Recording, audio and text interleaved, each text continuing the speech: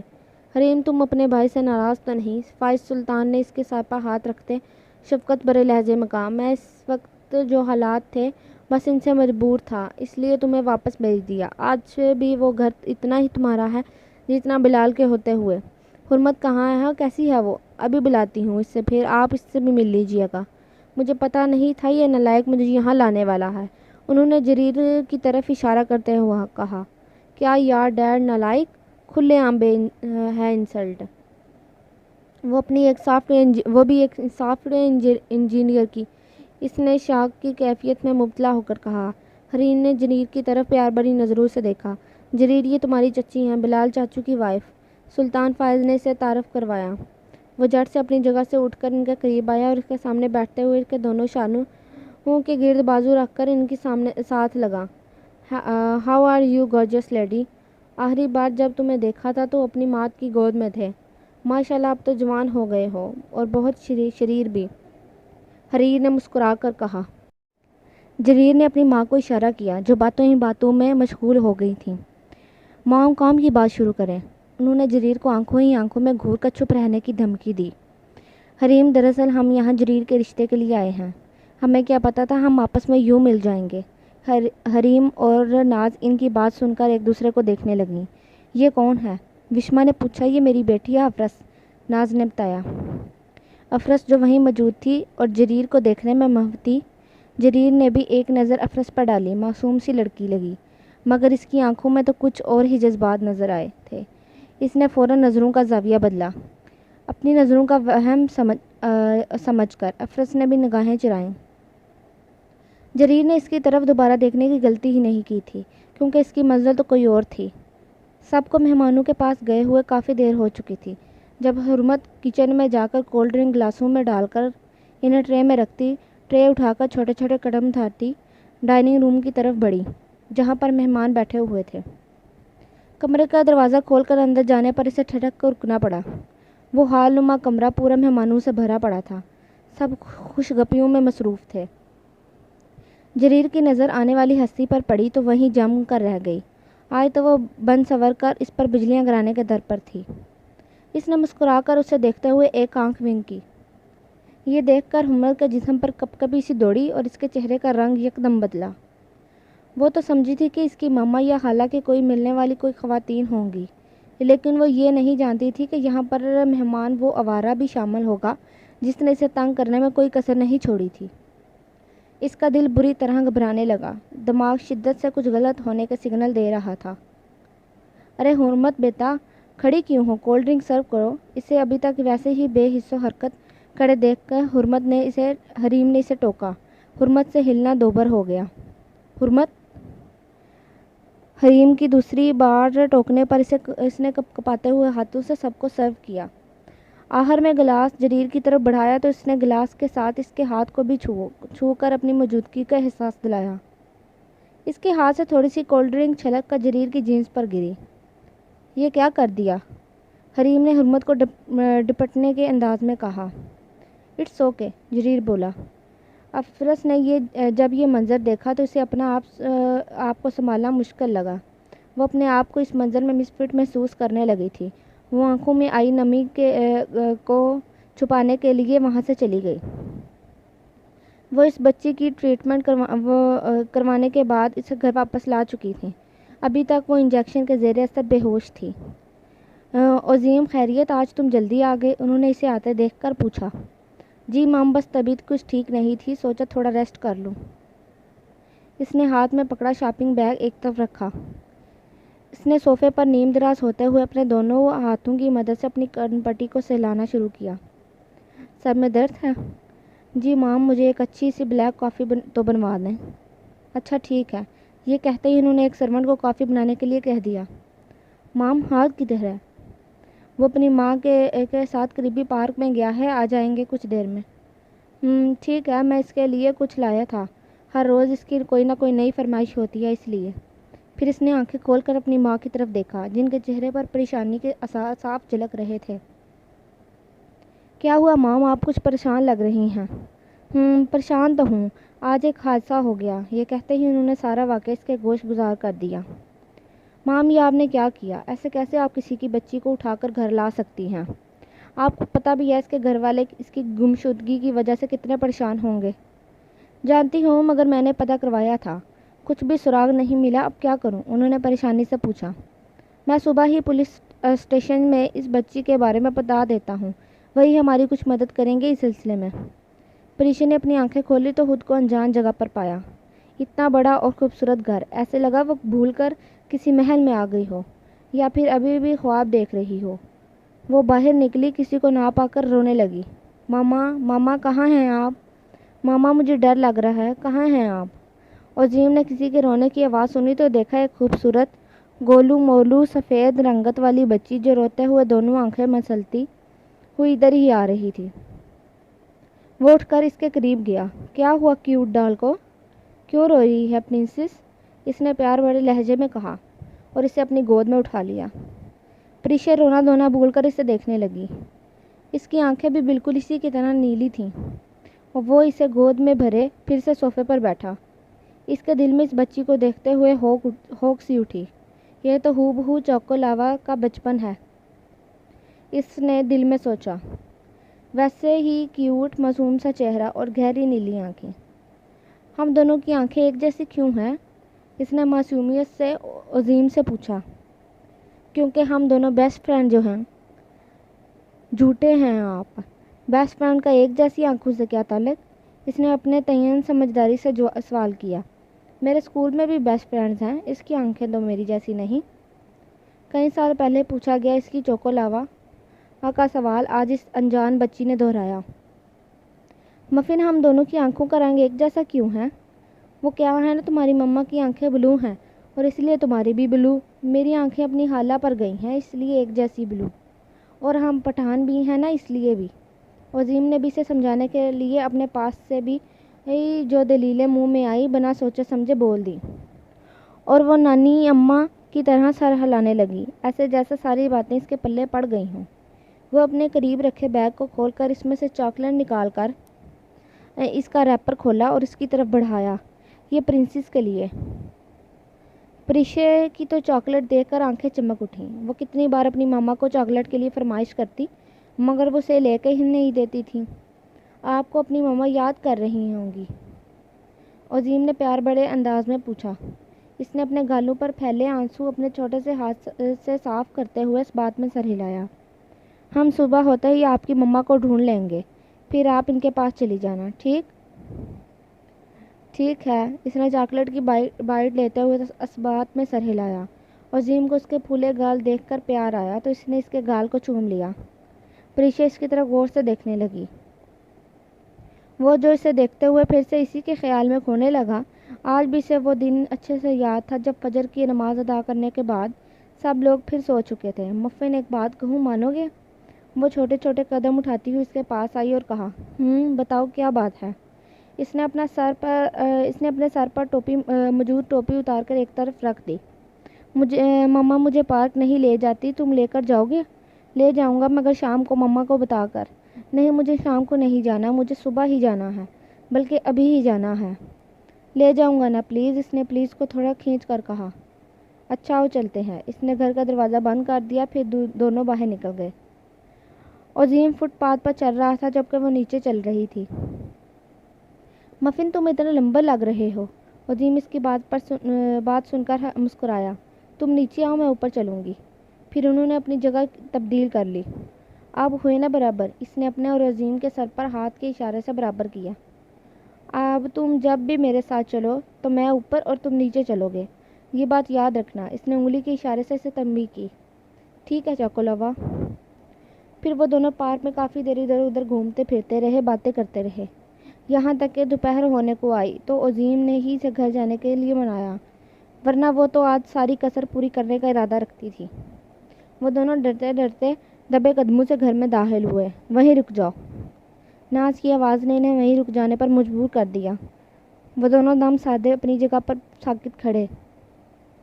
کہاں تھے تم دونوں صبح سے؟ پتہ بھی ہے کہاں کہاں نہیں ڈھونڈا ہم نے تم دونوں کو، حریم نے پریشانی سے کہا۔ کتنے پریشان ہو گئے تھے ہم، کدھر آوارہ گردیاں کرتے پھر رہے تھے، ناز نے تلخ لہجے میں کہا۔ مما وہ میں، عظیم بولنے لگا۔ نہیں خالہ، میری غلطی تھی، مفن کی نہیں۔ وہ جٹ سے صفائی پیش کرنے لگی، کہیں اسے میری وجہ سے ڈانٹ نہ پڑ جائے۔ نہیں نہیں، چوکو لاوا نے کچھ نہیں کیا، میں ہی سے، خاموش ہو جاؤ دونوں۔ وہ جلدی کان پکڑو مما، عظیم نے حیرت انگیز آواز میں کہا۔ کیوں، غلطی کرتے وقت نہیں پتہ تھا؟ سزا سن کر ہوش کیوں اڑ گئے؟ چلو جلدی کان پکڑو، نہیں بلکہ مرغا بن جاؤ دونوں ہی۔ خالہ، مفن مرغا اور میں مرغی، ہاں ہاں ہاں، کتنا مزہ آئے گا۔ اس نے سزا کو بھی ہنسی میں اڑایا۔ وہ اس سے اشارہ کرنے لگا، سوری بولو اور سزا سے جان چھڑاتے ہیں، مگر وہ اپنی ہی دھن میں مگن بولی، پر میں تو مفن سے چھوٹی ہوں، مفن مرغا اور میں چوزی، ہی۔ وہ پھر سے دانتوں کی نمائش کرتے ہوئے کھلکھلانے لگی۔ حرمت نے اسکول کے ارد گرد سب سے پریشے کے بارے میں پوچھا، ہر جگہ ڈھونڈا، مگر کہیں سے بھی اس کا کوئی پتہ نہیں چلا۔ رو رو کے اس کی آنکھیں سوج چکی تھیں۔ اسے اپنا دل بند ہوتا محسوس ہوا، اس کی جان کا ٹکڑا آج اسی کی لاپرواہی کی وجہ سے اس سے دور ہو گیا۔ کوئی راہ نہیں سجائی دے رہی تھی، کیا کروں، کہاں جاؤں، کس سے مدد طلب کروں؟ کہیں پریشے خود ہی گھر تو نہیں چلی گئی؟ اس کے دماغ میں سوال آیا۔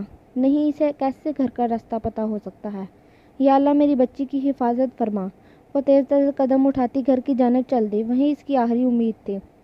کاش کوئی معجزہ ہو جائے، میری پریشے گھر میں ہی مل جائے مجھے۔ مما، اس نے دروازے سے ہی اندر آتے ہی اونچی آواز میں کہا۔ حریم باہر نکلی۔ کیا ہوا حرمت؟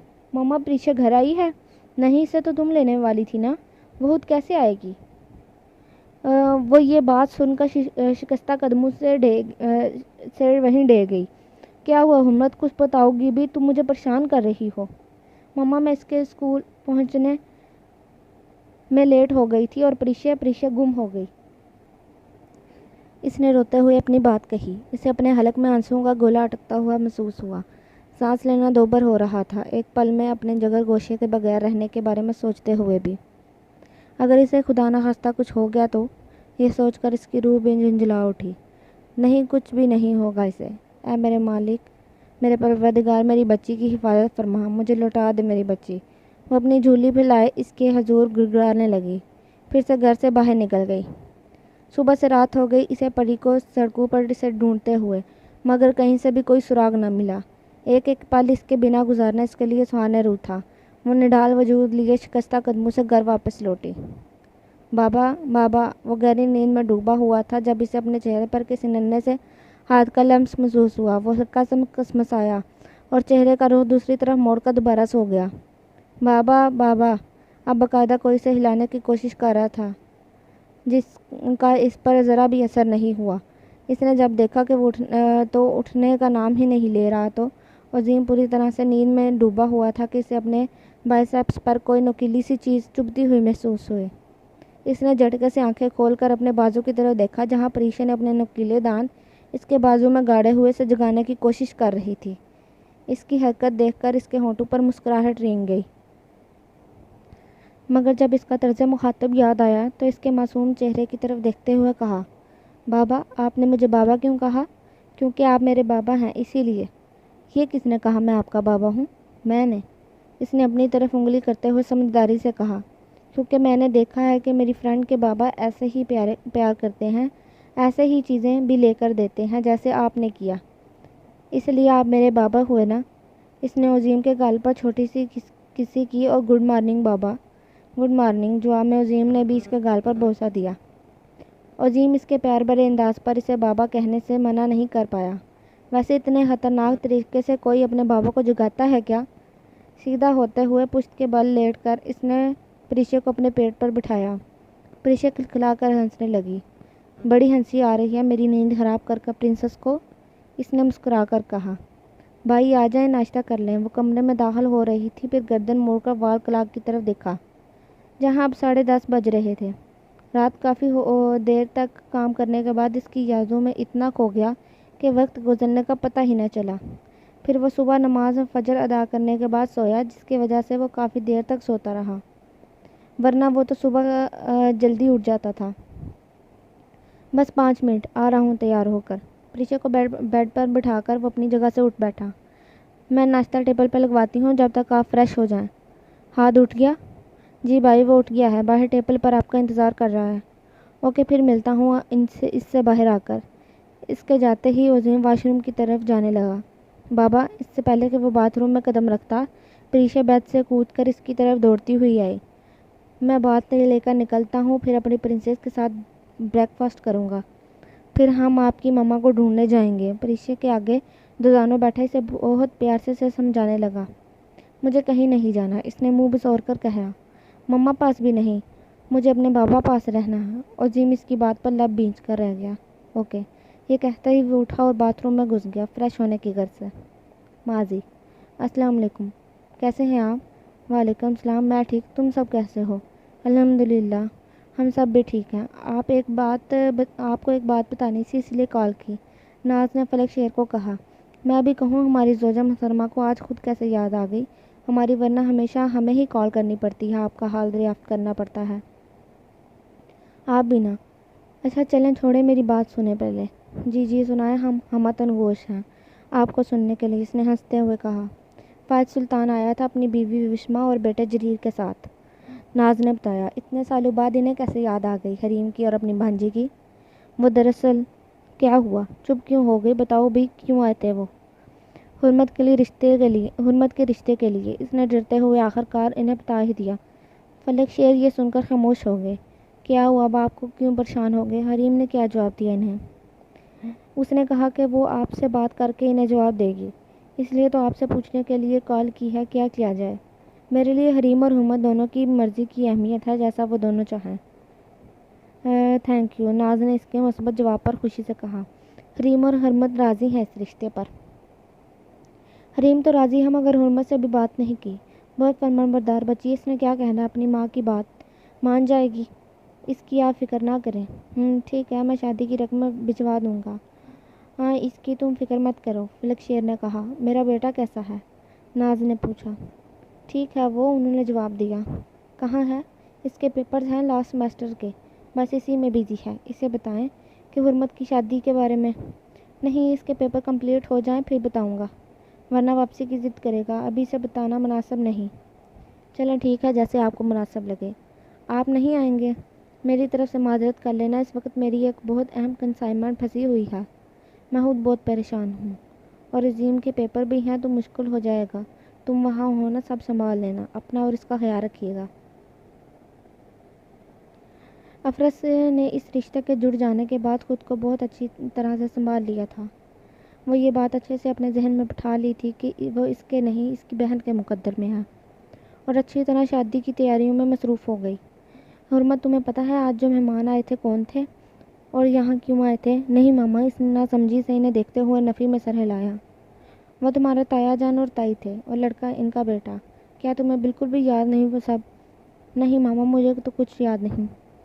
بہت پرانی بات ہے، تمہیں کہاں یاد ہوگی، تم کافی چھوٹی تھی تب۔ خیر کوئی بات نہیں، دراصل انہوں نے اپنے بیٹے جریر سلطان کے لیے تمہارا ہاتھ مانگا ہے۔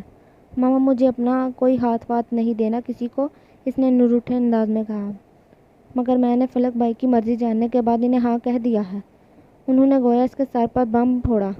ماما پلیز نہ کریں ایسا میرے ساتھ، اس نے التجائی انداز میں کہا۔ حرمت کو جب یہ بات معلوم ہوئی کہ اس کی شادی واقعی جریر سے ہونے والی ہے، پہلے تو اس نے اپنی پڑھائی نامکمل رہ جانے پر آنسو بہائے۔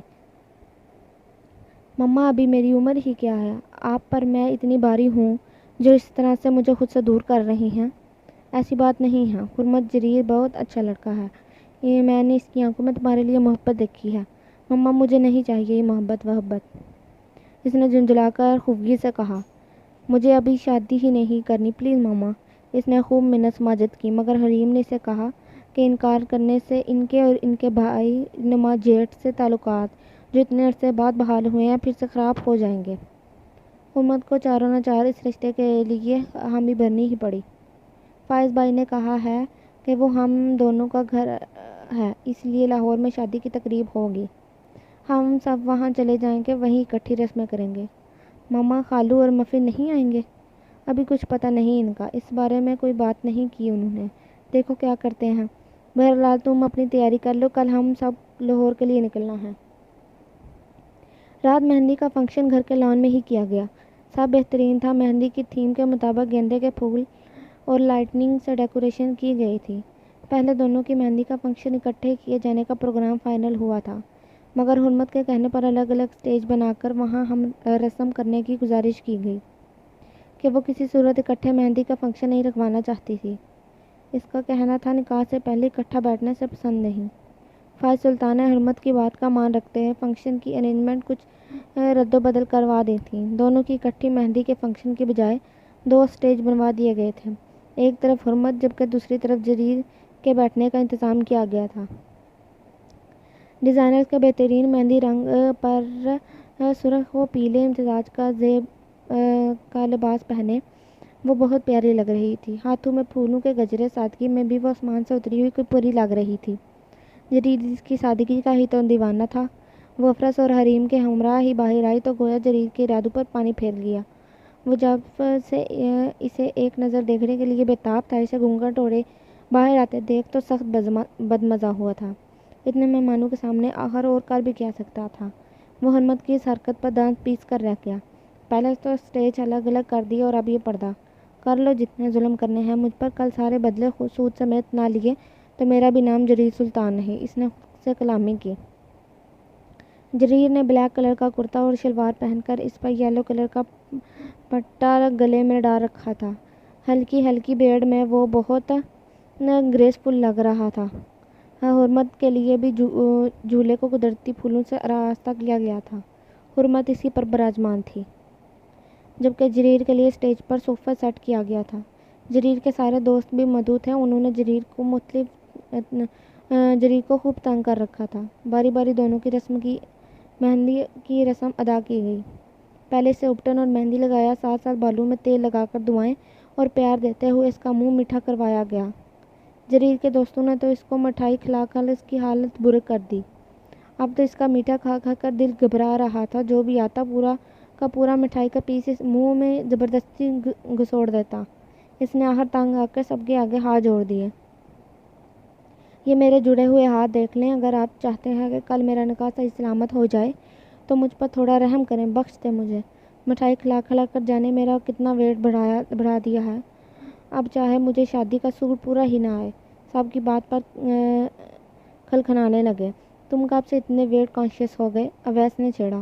بکواس نہ کر، جان چھڑا ان سب سے میری، اس نے جھنجھلا کر کہا۔ سب نے مل کر خوب ہلا گلا کیا۔ افنس نے حرمت کے دونوں ہاتھوں اور بازوؤں کو پوری طرح مہندی کے دلکش ڈیزائن سے بھر دیا۔ حرمت نے بہت منع کیا، مگر پھر سب کے بار بار کہنے پر مجبور ہو کر، شادی کی ایک ہی بار ہوتی ہے، اس نے بالآخر مہندی لگوا ہی لی۔ فنکشن کے اختتام پر افرس اور دونوں روم میں آ چکی تھیں۔ اس کی مہندی اب کافی حد تک سوکھ گئی تھی۔ بستر پر پڑے موبائل پر میسج بپ سنی تو اسے اٹھایا۔ جریر اسے بہت کال کر رہا تھا، ہاں، مگر اس نے جب سے شادی کی بات طے ہوئی تھی اس نے ایک بار بھی اس کی کال نہیں اٹھائی تھی، مگر وہ اپنی حرکتوں سے باز نہیں آیا۔ کال نہیں اٹھائی تھی تو میسج کرتا رہتا۔ اس نے میسج دیکھا، زندگی، پہلا میسج، بس چلو کب تک بچو گی، دوسرا میسج، آخر کو کل تو آنا میرے پاس ہی ہے، ایک آنکھ ونک کرتا بےہودہ سی حرکت کرتا وہ ایموجی تیسرے میسج میں سینڈ کیا گیا تھا۔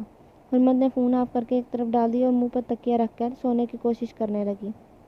وہ اپنے مخصوص عبائے میں ملبوس پولیس اسٹیشن میں آئی۔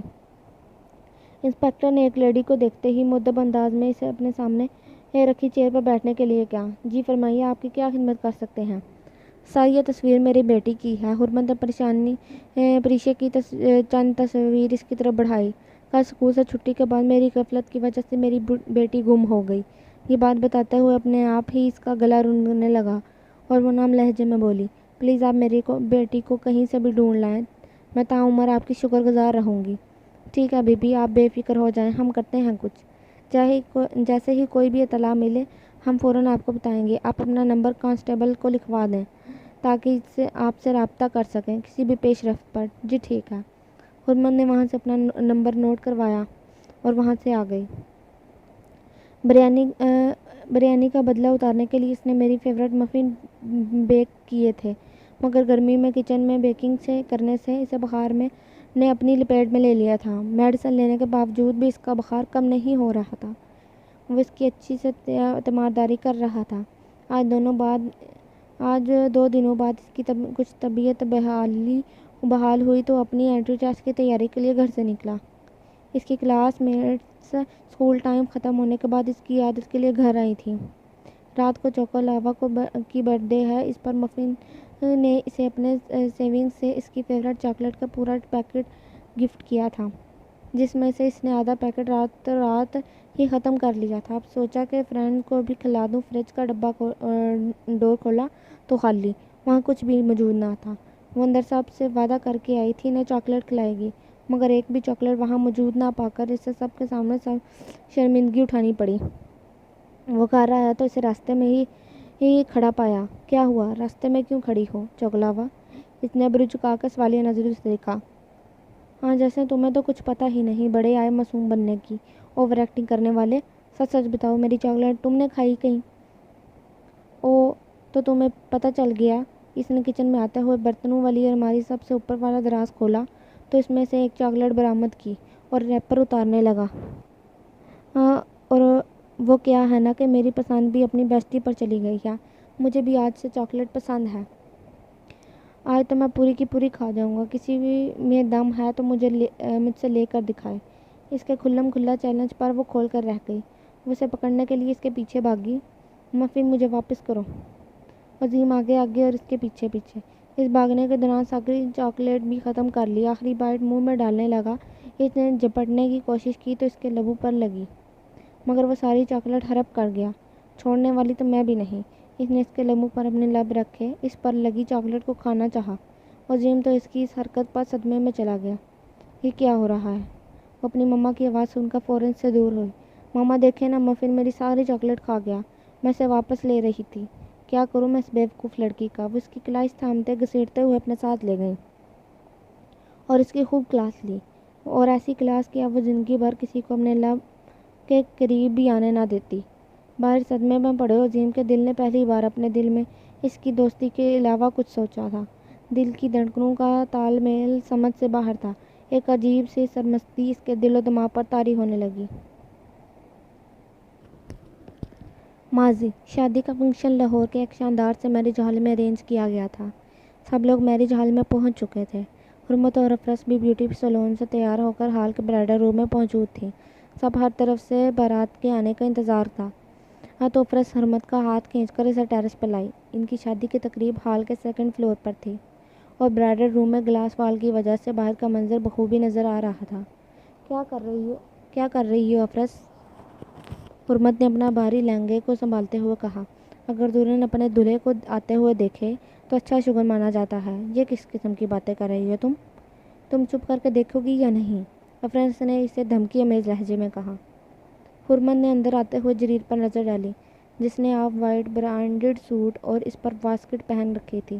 خود سا پہنے وہ خوبرو لگ رہا تھا۔ جریر کو خود پر کسی کی نظروں کا ارتکاز محسوس ہوا تو اس نے اچانک ٹیرس کی طرف دیکھا تو وہ حسن کی ملکہ آج 2 آتشہ و سحر انگیز روپ لیے اس کے دل پر بجلیاں گرانے میں پورے ہتھیاروں سے لیس تھی۔ پل بھر کو تو وہ اسے دیکھ کر اپنی جگہ ساکت رہ گیا تھا، پھر ہوش میں آتے ہی ایک مسکراہٹ اس کی طرف اچھالتے ہوئے شرارت سے اپنی عادت کے تحت ایک آنکھ ونک کی۔ چھچورا انسان، حرمت نے منہ کے زاویے بگاڑتے ہوئے کہا اور واپس اندر کی طرف بڑھی۔ کچھ خدا کا خوف کرو، ابھی تھوڑی دیر میں تمہارا جریر سے نکاح ہے اور تم اسے کیسے القابات سے نواز رہی ہو؟ افرس نے سر تاڑا۔ حرکتیں نہیں ملاحظہ فرما رہی تم اس کی، حرمت نے جل کر کہا۔ جریر سلطان پورے تمطراق سے آج سینکڑوں لوگوں کے درمیان حرمت کو اپنے نام کروا کر پوری شان سے لینے آیا تھا۔ افرس برائڈل روم سے باہر نکلی۔ بہت حوصلہ اور ہمت جمع کر کے وہ ایک کونے میں جا کر بیٹھی تھی۔ بہت مشکل سے اپنا دھیان دوسری طرف مبذول کروانے میں کامیاب ہو پائی تھی۔ فائز سلطان، حریم، ناز اور وشماسب مولوی صاحب اور گواہوں کے ساتھ اندر آئے تو نکاح جیسی پاکیزہ رسم کا آغاز ہوا۔ دونوں طرف سے قبولیت کے سند ملتے ہی ہال میں مبارکباد کا شور اٹھا۔ فائز سلطان ایک باپ کو فرض بھی نبھاتے ہوئے خود حرمت کا تھامے اسٹیج تک لے کر آ رہے تھے۔ حرمت نے سفید، جس میں سلور کی ملاوٹ تھی، دیدہ زیب کامدار عروسی لہنگا چولی زیب تن کیے، جس پر باریک موتیوں کا نفیس سا کام کیا گیا تھا۔ اس پر نیٹ کے دوپٹے کا گھونگھٹ اوڑھا ہوا تھا اور دوپٹے کے فرنٹ پر جریر سلطان کی دلہن اور بارڈر پر قبول ہے قبول ہے قبول ہے بہت خوبصورت طریقے سے لکھا گیا تھا۔ جریر سلطان نے آگے بڑھ کر اس کا مخملی ہاتھ اپنے ہاتھ میں لیتے ہوئے اسے اسٹیج پر آنے میں مدد دی۔ اب دولہا دلہن آپس میں بھی سب کے سامنے ایک دوسرے کو نکاح مبارکباد دیں۔ جریر کے ایک دوست نے اونچی آواز میں مشورہ دیا۔ جریر اور حرمت ابھی بھی اسٹیج پر کھڑے ہوئے تھے۔ جریر، نکاح کی بہت بہت مبارک ہو۔ جریر نے حرمت کی طرف دیکھ کر کہا۔ نو نو نو، یہ ٹھیک نہیں، ٹھیک طریقے سے مبارک دو بھائی۔ اویس نے پیچھے سے ہانک لگائی۔ Okay okay, just wait a minute, Jarir نے سب سے کہا اور حرمت کے چہرے پر سے گھونگھٹ اٹھایا، اس کی پیشانی پر نرمی سے اپنے لب رکھے۔ حرمت تو اس کے اتنے لوگوں کے سامنے اتنی دیدہ دلیری پر دنگ رہ گئی۔ اس کی آنکھوں کی پتلیاں حیرت سے پھیلیں، دلہن بن کر اس پر ٹوٹ کر رو پایا تھا۔ جریر اس کی آنکھوں میں آنکھیں ڈال کر دیکھتے ہوئے مسکرایا اور دلکش لب و لہجے میں بولا، نکاح مبارک زندگی۔ سب لوگوں نے ہوٹنگ شروع کر دی۔ پھر وہ دونوں اپنی جگہ پر بیٹھ گئے۔ تبھی افرس اور جریر کی قدریں دودھ پلائی کی رسم کرنے کے لیے اسٹیج پر آئی تھیں۔ 50,000 سے 1 روپیہ کم نہیں ہوگا۔ افرس نے دودھ کا گلاس جو نیو اسٹائل کا تھا اس کے آگے کرتے ہوئے کہا۔ کچھ رعایت نہیں ملے گی؟ جریر نے کہا۔ ایسے کیسے؟ 5,000 میں بات ختم۔ اویس نے اپنا حصہ ڈالا۔ ارے واہ، کیا بات ہے، اتنے سستے میں اپنی نازو پلی بہن نہیں جانے دیں گے؟ قطعاً نہ منظور، افرس نے حتمی لہجے میں کہا۔ نہیں بھئی، یہ سودا ہمیں منظور نہیں۔ وشما نے کلچ میں سے 50,000 نکال کر افرس کی ہتھیلی پر رکھے تو وہ مسکرا کر اپنا لیگ لیتی تھینکس کہہ کر وہاں سے اٹھی۔ وقت کے تیزی سے گزرنے کا احساس دلاتے ان کی محفل کو برخاست کرتے رخصتی کا شور اٹھا تھا۔ رخصتی کے وقت حرمت نے سب سے مل کر یوں ٹوٹ کر روئی کہ ہر آنکھ اشکبار ہو گئی۔ حریم، میں نے ایک فیصلہ کیا ہے۔ حرمت تو ہمارے گھر میں ہمیشہ ہمیشہ کے لیے جائے گی، مگر اس پر تمہارا بھی اتنا ہی حق ہے جتنا ہم سب کا۔ تم یاد سے ہم سب کے ساتھ رہو گی۔ مگر بھائی، حریم نے کچھ بولنا چاہا۔ بھائی بھی کہتی ہو اور بھائی کی بات کا مان بھی نہیں رکھتے، انہوں نے پرشکوہ لہجے میں کہا۔ حریم نے ساتھ کھڑی اپنی بہن ناز کی طرف دیکھا تو انہوں نے اس بات میں سر ہلا دیا۔ ٹھیک ہے بھائی، حریم نے ان کی بات پر حامی بھر لی۔ گھر میں حرمت کا قدرتی پھولوں سے پرزور استقبال ہوا تھا۔ وشما اپنی اکلوتی بہو کی ایک ایک رسم نبھا رہی تھی۔ نہ جانے وہ کون کون سی رسمیں نکالے بیٹھی تھی جو ختم ہونے کا نام ہی نہیں لے رہی تھی۔ آج ان کے لاڈلے بیٹے کی شادی پر ان کے قدم زمین پر نہ ٹک رہے تھے۔ وہ ہر رسم میں پیش تھی۔ ماں اب بس بھی کر دے، باقی کی رسمیں کل پوری کر لینا، جریر نے تنگ آ کر کہا۔ بالآخر وہ وشما کو بہو اور بیٹے کا خیال آیا تو انہوں نے افرس کو اس کے روم میں لے جانے کا عندیہ دے دیا۔ افرس، کچھ دیر میرے پاس رک جاؤ۔ وہ اسے تازہ پھولوں سے سجے کمرے میں بیٹھ کر وسط میں بٹھاتی ہوئی اس کا عروسی جوڑا اور گھونگھٹ ٹھیک کرتی بیڈ سے اتری ہی تھی جب حرمت نے بے ساختہ افرس کا ہاتھ تھام کر منت بھرے انداز میں کہا۔ کیا ہو گیا ہے حرمت، اتنی ٹھنڈی کیوں پڑ رہی ہو؟ افرس نے اس کے ٹھنڈے پڑتے ہاتھوں کو تھامتے ہوئے پریشانی سے پوچھا۔ مجھے بہت ڈر لگ رہا ہے افرس، وہ رودنے کو تھی۔ حرمت، پاگل مت بنو، کیسے یہاں رک سکتی ہوں؟ تمہارے ہسبینڈ آنے والے ہوں کہ انہوں نے مجھے یہاں کباب میں ہڈی بنے دیکھ لیا تو ایک لمحہ بھی ضائع کیے بنا مجھے اٹھا کر یہاں سے باہر پھینک دیں گے۔ پھر وہ اسے تسلی دیتی ہوئی باہر نکل گئی۔ کچھ دیر بعد کلک کی آواز کے ساتھ کمرے کا دروازہ کھول کر بند ہوا، ساتھ ہی حرمت کا دل بھی اچھل کر حلق میں آ گیا تھا۔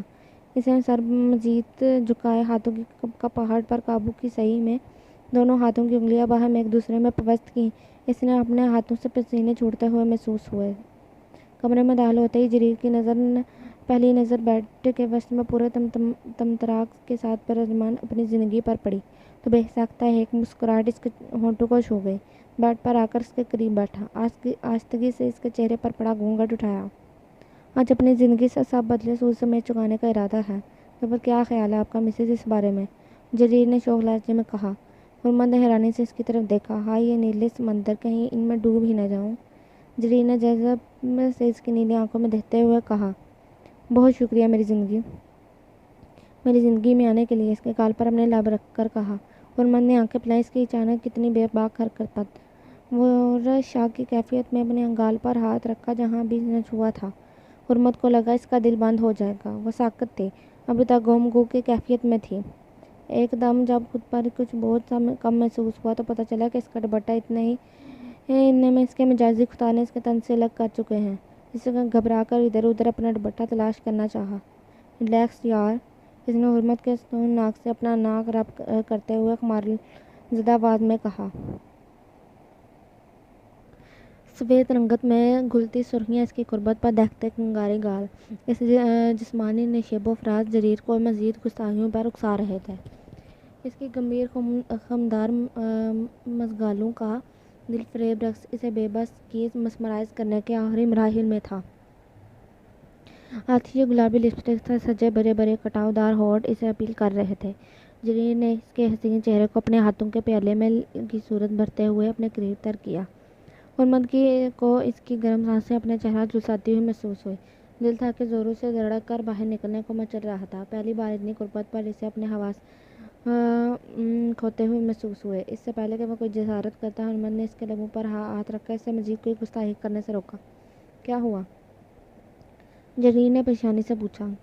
اس نے سر جھکا لیا۔ کچھ نہیں پلیز، مجھے یہ سب پسند نہیں، اس نے منت بھرے انداز میں کہا۔ لیکن مجھے تو پسند ہے۔ حرمت نے اس کی آنکھوں میں دیکھا جہاں جذبات کا ٹھٹھے مارتا سمندر تھا۔ حرمت نے اپنی نگاہیں چلائی۔ پلیز، اسے ایک بار پھر مدد طلب نظروں سے دیکھتے ہوئے کہا۔ اوکے، یہ بات میں تمہاری مان رہا ہوں، مگر اب باقی سب باتیں تمہیں میری ماننی ہوں گی۔ بولو، منظور ہے؟ جریر نے برج کھا کر سوالیہ انداز میں کہا۔ اس نے ہولے سے سر اس بات میں ہلا دیا۔ منہ دکھائی مجھے صبح ملے گی، ابھی اچھے سے منہ دیکھ لوں۔ منہ دکھائی دینے میں وقت برباد نہیں کرنا چاہتا، پہلے ہی آدھی رات نکل گئی ان رسموں کے چکر میں۔ تم اتنی دیر اس جیولری سے چھٹکارا حاصل کرو، میں ابھی چینج کر کے آتا ہوں۔ یہ کہتے ہی جریر واش روم کی طرف بڑھ گیا۔ حرمت ابھی بھی پوری طرح کانپ رہی تھی۔ کیسے سہارا پائے گی مزید اس کی قربت کو؟ یہی سوچتے ہوئے اپنی جگہ سے اٹھی اور ڈریسنگ کے سامنے آ کر جیولری اتارنے لگی۔ ہائی بن کو کھولا، بالوں میں برش کر کے انہیں ہلکے سے کیچر میں قید کیا، کبرڈ سے اپنے لیے ایک آرام دہ سوٹ نکالا اور جریر کے باہر آنے کا ویٹ کرنے لگی تاکہ وہ بھی فریش ہو سکے۔ جریر صرف ٹراؤزر پہنے شولڈر پر ٹاول ڈالے ایک ہاتھ سے بالوں کو رگڑتا ہوا باہر آیا۔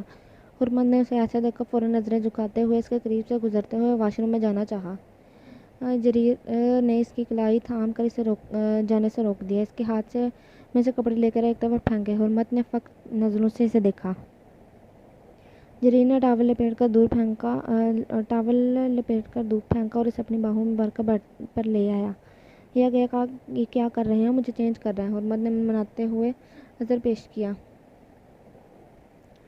ہم کس مرض کی دعا ہیں، بندہ حاضر ہے آپ کی خدمت کے لیے، جریر نے خمارآلود لہجے میں کہا۔ ہاتھ بڑھا کر اس کی شرٹ کی زپ کھولی تو اس سے اپنی جان نکلتی ہوئی محسوس ہوئی۔ جریر نے اس کا سر نرمی سے تکیے پر رکھا اور اس کے شانوں سے شرٹ کھسکاتے ہوئے اس کی نازک سرائی در گردن اور اس کے ارد گرد اپنے لمس کو چھوڑنے لگا۔ اسے ایسا لگا دل اچھل کر ابھی حلق میں آ جائے گا۔